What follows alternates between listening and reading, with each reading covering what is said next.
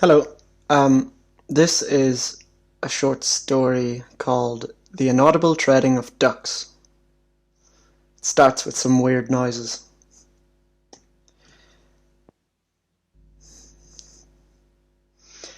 Eerk. The sound a disgusted buzzer makes.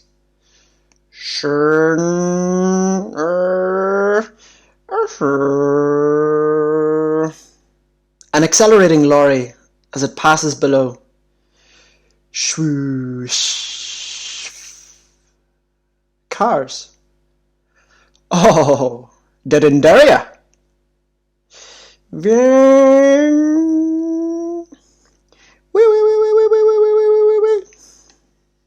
Sounds of conversation at the lights. A whining motorbike shoots past as the green man's fanfare is beeped out. Inaudible. Ducks braving the nearby canal, treading purposefully in the February water. I can't see them, but I'm thinking about them. Above, a giant crane slowly shifts its leer leftways. I watch it to be sure it's not looking at me. From the construction site, all morning there is a constant tumbling and some occasional jangling. A loud song, bassy, unrecognisable, blares from a passing car. Luckily, there is no hospital nearby. An ambulance would be deafening. Beep beep, beep beep. I sit up. A noise from inside the flat? This can't be good. A bitonal repetition, a signal from one of the machines, no doubt. They must have put it on this morning. After about 15 seconds, the beeping resumes, so I investigate. In the kitchen, I see the beeping, flashing, washing machine. I stare intensely, almost sarcastically. Fuck. Useless to stop the noise, I sneak back into the sitting room and drink some water. Back at the window, things are much the same, but I wince each time I hear the beeping washing machine. Hopefully it stops, eventually. Below, the road is brown with rain. I look above the roof, across the street at the embattled mast of the cricket ground, a Victorian spire long stained by the rain. There is a bird, fluttering and curious, on the spire, and I watch it for a long time. When it flies off, I get up again and stretch my back and legs, leaning forward. Alone in the flat all day. Again. I don't really see the problem though. When they come home late, they apologise, explaining how busy their days were, and asking, "You weren't too bored at home today, were you?" I wasn't, no. I love having the space to myself, to be honest, but I don't tell them that. I just make some reasonable noises. My business is my own. When I have the flat all to myself, which is most days, once I hear the front door slam for the second time, I am awake. I stalk through each room of the house, ensuring the correctness of my solitude. After that, I'll probably sit on the sofa for a while and wander. My morning routine. It starts to rain outside, and the splashing frequency of the passing traffic magnifies. The washing machine is still beeping, but I rest my head and close my eyes for a while. I dream about summer and walking through fresh grass, but I am haunted by an image of danger and awake suddenly. The beeping has finally stopped. It's still the middle of the morning, and I jump up. I'm ahead of schedule. The flat I live in is not big, or at least I've lived in bigger places. I've been sleeping in the living room, and fortunately I have enough room in there to do my exercises every day. I lunge and jump around in front of the large TV in the fourth floor living room because I need to keep in shape, and I go a bit crazy if I don't do anything in the day. Later in the afternoon, I look at some books for a long time, books to help develop my theories. I develop my theories most afternoons. In the next apartment, someone is making a phone call. "Anita, her! Anita, her!" Not the neighbour. Some commotion on the street, as usual. I wait a while before going to look. The woman with the black umbrella is there again, in her bright blue coat. She bobs, casual but awkward, in the street's canal as others passed by, avoiding her path. What is she up to? I see them now. A woman and a child, carrying a shiny, rectangular object with an orange coat. They bundle into a car. Surely... No, I think. They don't even glance towards the blue-coated lady, and I rule out this theory. But there are many others, going in and out of the shops like a traditional dance, as if it's a daily offering. My mind races at the possibilities, logically deciphering the data in front of my eyes. If there's one thing I could really brag about, it's my immense sense of logic. My theories start to grow cogent as the patterns clearly emerge. By the time they come home, I am delirious with thought. I have grown expectant, prepared a transformational speech, my soliloquy, to a select audience. I want to tell them about my theory of how it all works, that I have finally figured it out. We are saved.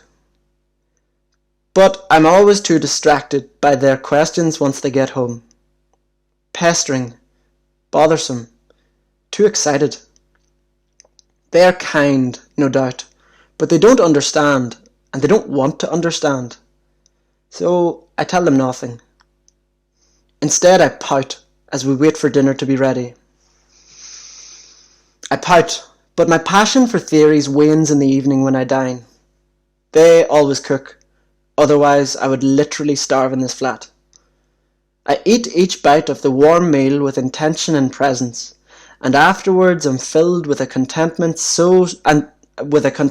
and satisfaction so infinite that I can't help but express it.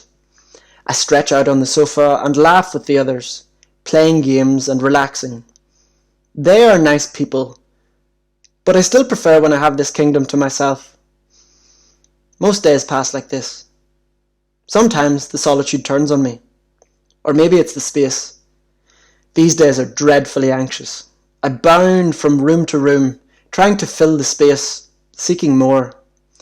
On those days it feels like a jail cell, and I try to remember the joy and freedom of fresh air down by the canals, watching those ducks.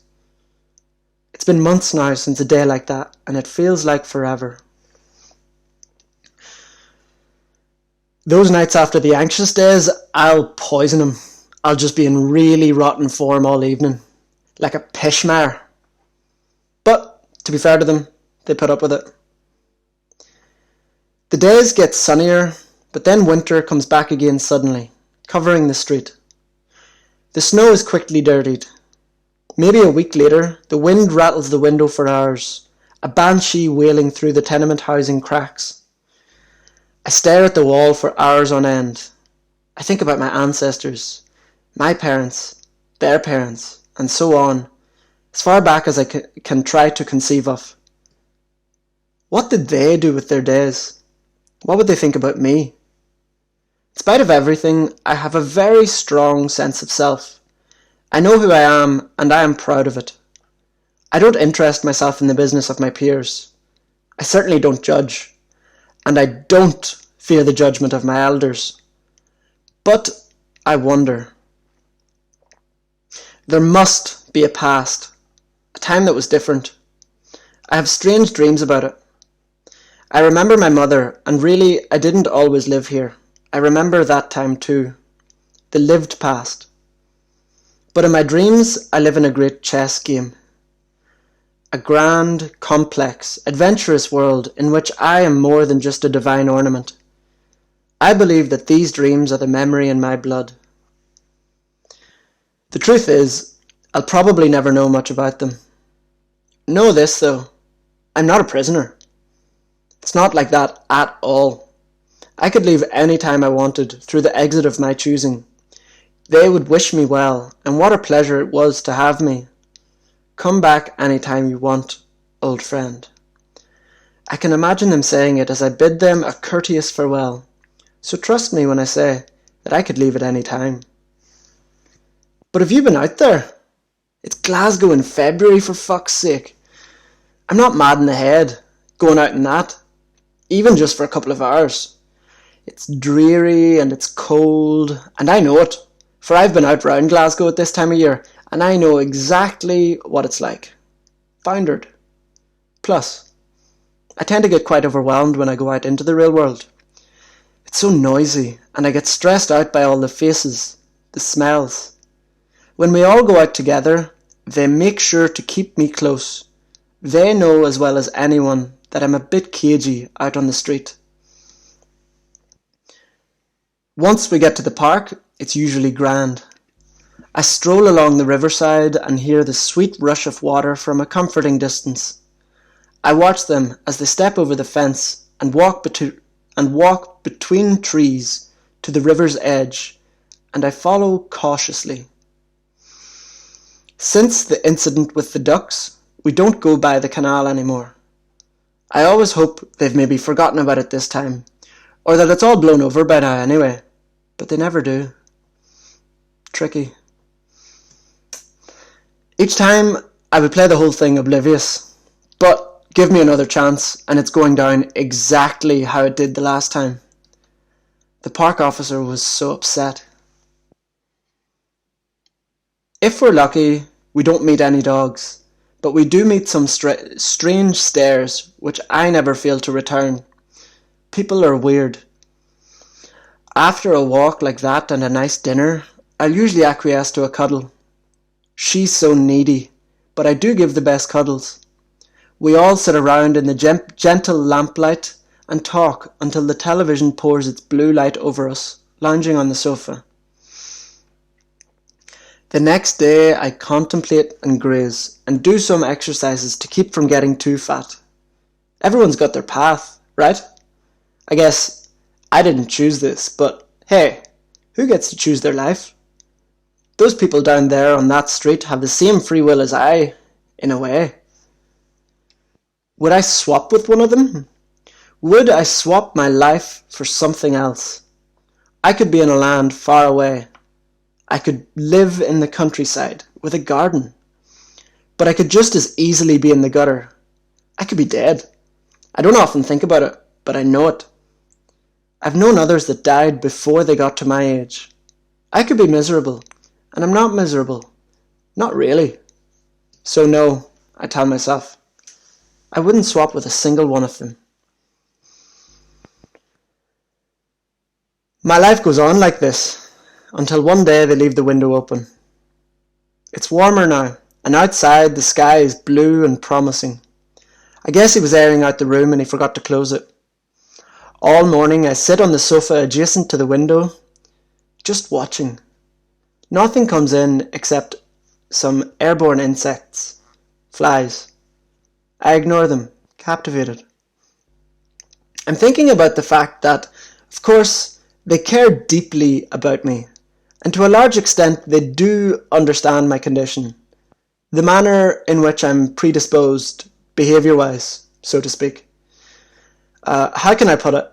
They know what I'm like, and yet he left the window open. It's there, like that. I'm here, observing it, the extended continuum of potential personal space. And once again I'm wondering. Fine. Maybe I wouldn't swap with anyone down on the street. Maybe I don't want to hop down the stairwell and dart aimlessly through the streets of Glasgow myself. Everyone's got their path. But what is it? Who am I? And what of this? A few times throughout the day, I venture as far as the ledge. Each of these patrols serves purely to inform, to enhance the data, reconnaissance. I look at the roof tiles across the street and see the stone ledge beyond the windowsill. It looks dry all up the street. I get a thrill from these missions, making detailed observations on the altered dimensions of existence on a truly unique day. Dancing excitedly around the living room, I try to square my new reality with the theories I have developed in my life so far. Today has arrived upon me like a judgment day, an opportunity to demonstrate my peerless, devastating logic. It might take me the whole day, but I will find an answer to the question which was, until today, simply objective. A theoretical possibility. Unknowable, really. We can wonder about these questions, but truly they are unknowable until they are loaded with the potency of reality, which, on this glorious day only, this most existential question is. O possibility, my godly friend and teacher! I am pacing erratically now, and intermittently sprawling on the carpet for dramatic effect. I roll around and snap up, searing my gaze menacingly across the room. A decision must be made. I draw myself to the tall mirror perched on the floor, adjacent to the open window. Then, I start to feel hungry. The open window brings the smell of spring into the living room, and the wooden flooring underneath me is fresh. I admire myself in the mirror. The world is a mystery. Sometimes it feels like things are getting better. Sometimes it feels like they are getting worse. The sun shines in behind me, still just a folded strap of light. I turn away from the mirror for a moment. I come back to the mirror, my eyes twinkling. I remember that I am divine. I stare into my eyes and finally shrug. Not today, you beautiful bastard. I look down. Pause.